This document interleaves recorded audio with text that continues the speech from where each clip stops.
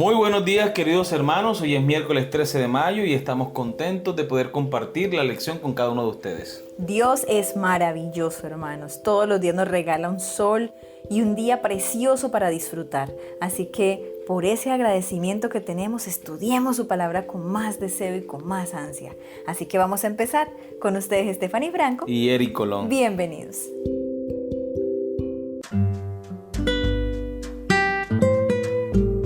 Textos y contextos, el título para la lección del día de hoy. Las palabras en las escrituras siempre se dan en un contexto, no están solas.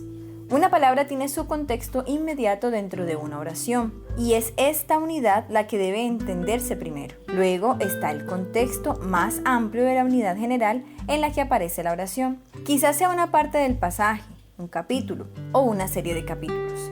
Es fundamental comprender lo mejor posible el contexto de las palabras y las oraciones para no arribar a conclusiones erróneas. Compara Génesis capítulo 1 versículo 27 con Génesis capítulo 2 versículo 7. Luego lee Génesis capítulo 2 versículo 15 al 23. ¿Cómo podemos entender a partir de estos diferentes pasajes y contextos la definición de Adán, la palabra hebrea para hombre? Génesis capítulo 1 versículo 27. Y creó Dios al hombre a su imagen, a imagen de Dios lo creó, varón y hembra los creó. Génesis capítulo 2 versículo 7. Y entonces Jehová Dios formó al hombre del polvo de la tierra y sopló en su nariz aliento de vida, y fue el hombre un ser viviente. Génesis capítulo 2 versículos 15 al 23. Tomó pues Jehová Dios al hombre y lo puso en el huerto de Edén, para que lo labrara y lo guardase. Y mandó Jehová Dios al hombre diciendo: de todo árbol del huerto podrás comer, mas del árbol de la ciencia, del bien y del mal no comerás, porque el día que de él comieres, ciertamente morirás. Y dijo Jehová Dios: no es bueno que el hombre esté solo, le haré ayuda idónea para él. Jehová Dios formó pues de la tierra toda bestia del campo y toda ave de los cielos, y las trajo a Adán para que viese cómo las había de llamar. Y todo lo que Adán llamó a los animales vivientes, ese es su nombre. Y puso Adán nombre a toda bestia y ave de los cielos, y a todo ganado del campo. Mas para Adán no se halló ayuda idónea para él. Entonces Jehová Dios hizo caer sueño profundo sobre Adán, y mientras éste dormía, tomó una de sus costillas y cerró la carne en su lugar. Y de la costilla que Jehová Dios tomó del hombre, hizo una mujer y la trajo al hombre.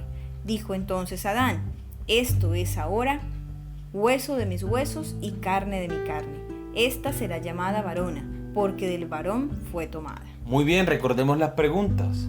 ¿Cómo podemos entender, a partir de estos diferentes pasajes y contextos, la definición de Adán, la palabra hebrea para hombre? Muy bien, vemos que en Génesis capítulo 1 versículo 27, la Biblia dice: y creó Dios al hombre. Pareciera que se refiriera al hombre como género masculino, pero más adelante el mismo texto hace la aclaración que esa palabra hombre hace referencia o alusión a los dos seres creados por Dios, tanto al varón como la hembra. Luego entonces esta palabra hombre está encerrando a la humanidad como tal. Hay un comentario que mi esposa encontró en la Biblia de Estudio de Andrews que es bastante interesante con relación al nombre de Adán. ¿Cómo es que leíste, amor? Muy bien, dice: el hombre, en hebreo Adán, es creado del polvo de la tierra, el cual es en hebreo Adama, y no de materia divina, como en otros relatos contemporáneos de la creación.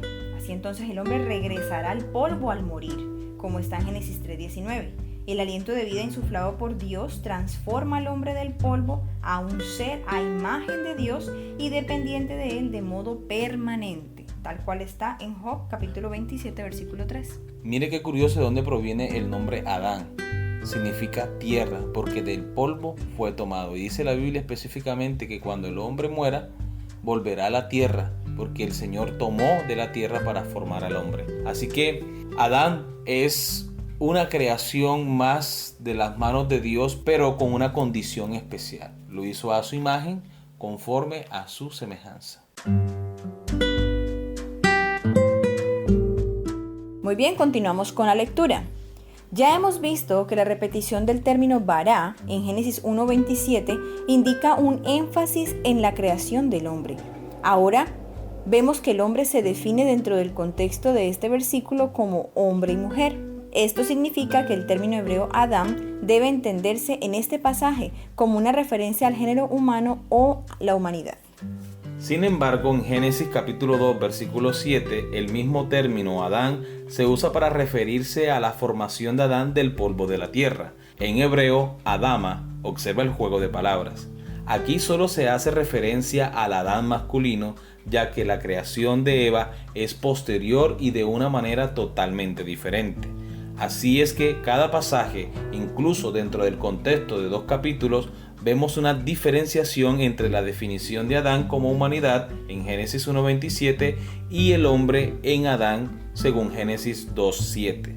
Más adelante en la genealogía se confirma el hecho de que Adán es una persona en Génesis capítulo 5 versículo 1 al 5 y en Primera de Crónicas capítulo 1 versículo 1 y también en Lucas capítulo 3 versículo 38. Y en la alusión a Jesús, quien se convierte en el segundo Adán en Romanos capítulo 5 versículo 12 al 14. Así como la palabra Adán aparece en un pasaje específico, así también el contexto de la creación de Adán y Eva se encuentra en el relato más extenso de la creación, como podemos ver en Génesis capítulo 1 y 2. Esto es lo que se entiende por una unidad más grande. La unidad informa al intérprete de temas, ideas y desarrollos adicionales. A Génesis 2, versículos 4 al 25, a veces se lo llama el segundo relato de la creación, pero en realidad solo hay una diferencia en el énfasis. Lo veremos la próxima semana. Sin embargo, en ambos relatos se nos muestran los orígenes definitivos de la humanidad. Interesante cómo una misma palabra puede significar en distintos contextos algo totalmente diferente. Adán, en este caso, estaba explicando la lección que se utiliza para referirse a la humanidad como tal, pero al mismo tiempo se refiere a ese material de tierra con el que el Señor creó al hombre, refiriéndose exactamente al hombre porque la mujer no había sido creada. Y en otros contextos, la palabra o el nombre Adán se refiere a otras cosas, y eso mismo sucede con muchas otras palabras de la Biblia. Así que debemos ser muy acuciosos de cómo distinguir el significado de acuerdo al contexto que estamos leyendo. Así es importante que nosotros siempre nos mostremos estudiosos, diligentes, tratando de entender lo mejor posible lo que la Biblia nos quiere decir. Llegamos a la pregunta final de la lección. Como podemos ver, el hombre y la mujer, la humanidad, son creaciones directas de Dios. ¿Qué nos dice esto acerca de cuán necia es realmente la sabiduría del mundo? Primera de Corintios capítulo 1 versículo 20. Al enseñarnos que surgimos de la mera casualidad.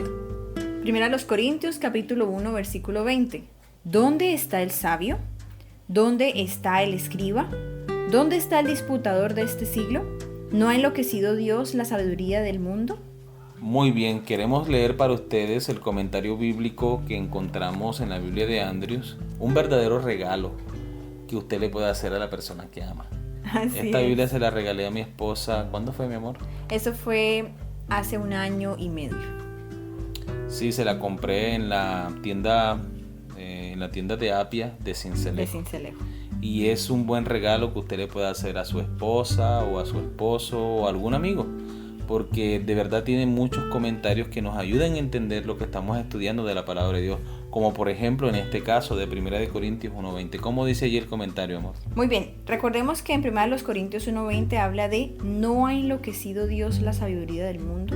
Puede que esa parte no sea muy clara para nosotros, pero el comentario dice así: enloquecido, convertido en tontería, loco.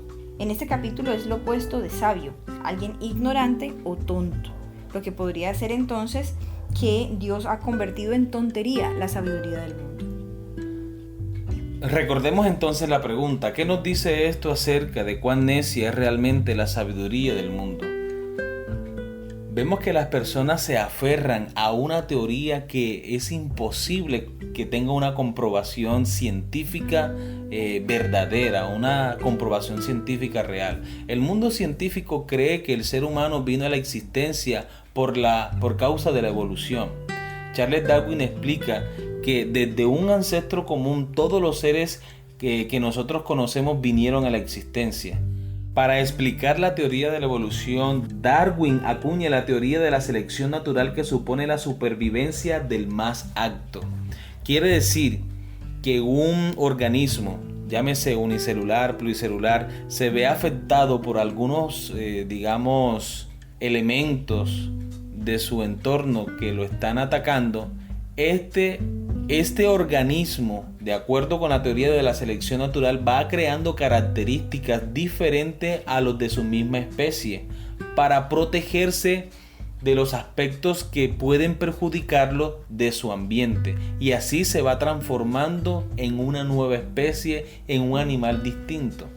En un video que vimos en la clase de filosofía con los chicos, vimos cómo desde un gusarapo en el agua se fueron creando todas las especies, pasaron por los anfibios, reptiles, luego empezaron los mamíferos, las aves incluso, y algo bastante ridículo, dice un artículo científico, que en el embrión de un pollo se encuentran el ADN de un dinosaurio de la época jurásica. Porque cuando se ve el embrión que se está gestando en el huevo, se ve que el pollito tiene las alitas como si fueran las manos o las patas del tiranosaurio rex. Se ve de pronto en el pico alguna especie de dientes. La cresta se le ve un poco alargada y extendida. Pero estas cosas, como dice la lección, son una sabiduría necia. Una sabiduría ridícula. Cómo el ser humano se deja engañar por las falsedades de este mundo, cuando Dios ha revelado la verdad de su palabra, la verdad de la creación y la existencia del ser humano. Ahora entendemos por qué Primera de Corintios capítulo 1 versículo 20 dice que Dios hace de la sabiduría del hombre una tontería. Una completa tontería.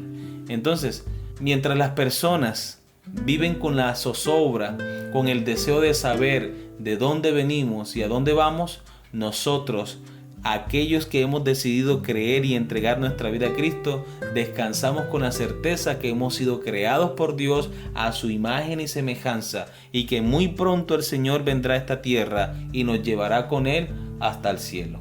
Amén. Yo prefiero creer 1000 veces en las palabras de un Dios que me ama, que todos los días me muestra su amor, a creer en las palabras de un hombre que es igual de mortal que yo y que su sabiduría pues no va a trascender más allá de la que yo pueda tener.